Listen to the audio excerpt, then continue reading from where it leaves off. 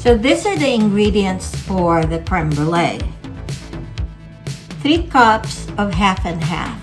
You can also use whole milk if you prefer it to be less richer, but who doesn't want rich creme brulee? We need only the yolks from the eggs. So, and I am using 8 of them for this particular recipe. 2 teaspoons of vanilla, half a cup of sugar.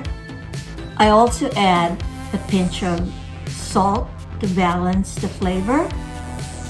I personally like a little bit of lemon juice, maybe a tablespoon, as well as a little bit of lemon zest, just to give it a little bit of oomph or a little bit of flavor. Because remember, all the flavoring we have for this recipe will be your vanilla and of course your sugar. First, you need a large bowl, a large measuring cup, and a strainer. Use a wire whisk or a manual beater. These are the measuring cups, measuring spoons, spatula, and ramekins.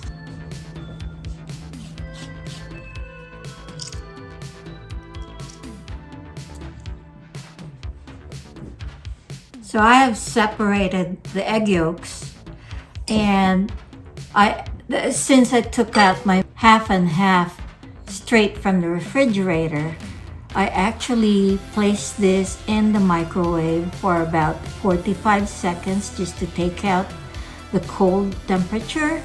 So I am going to whisk this until you don't see any more clumps.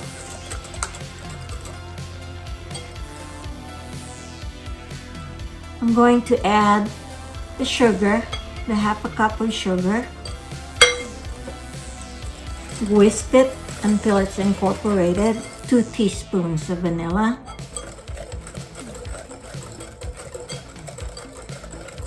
I'm adding a pinch of salt.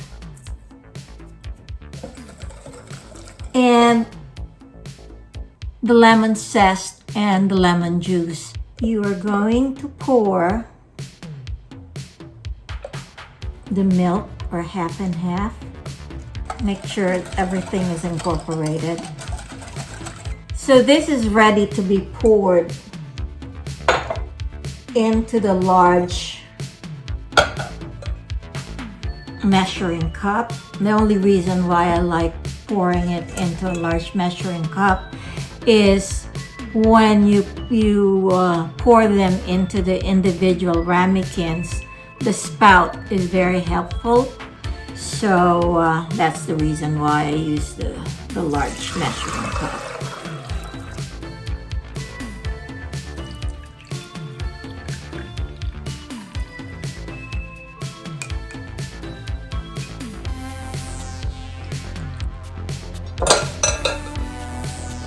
Okay, 6 creme brulees ready to go into the oven. We need to make a water bath, and the safest way to do it is to put your tray into the oven and then slowly pour your warm water into the tray.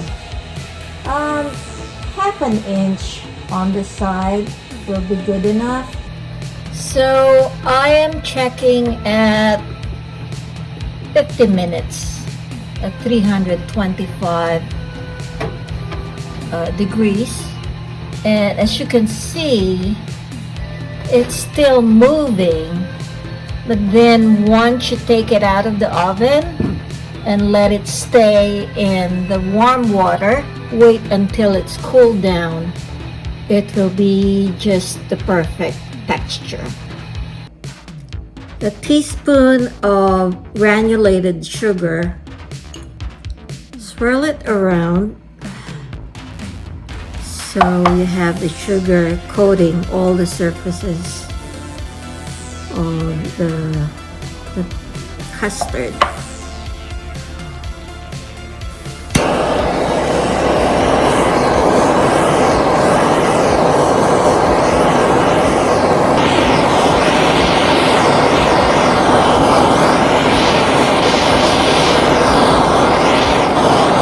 I am now doing the top coating, so this will add more of the brulee sugar or the burnt sugar.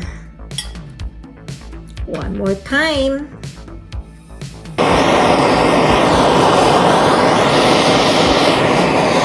We need to cool this down because that's when the sugar gets crusty or crackly. So here it is.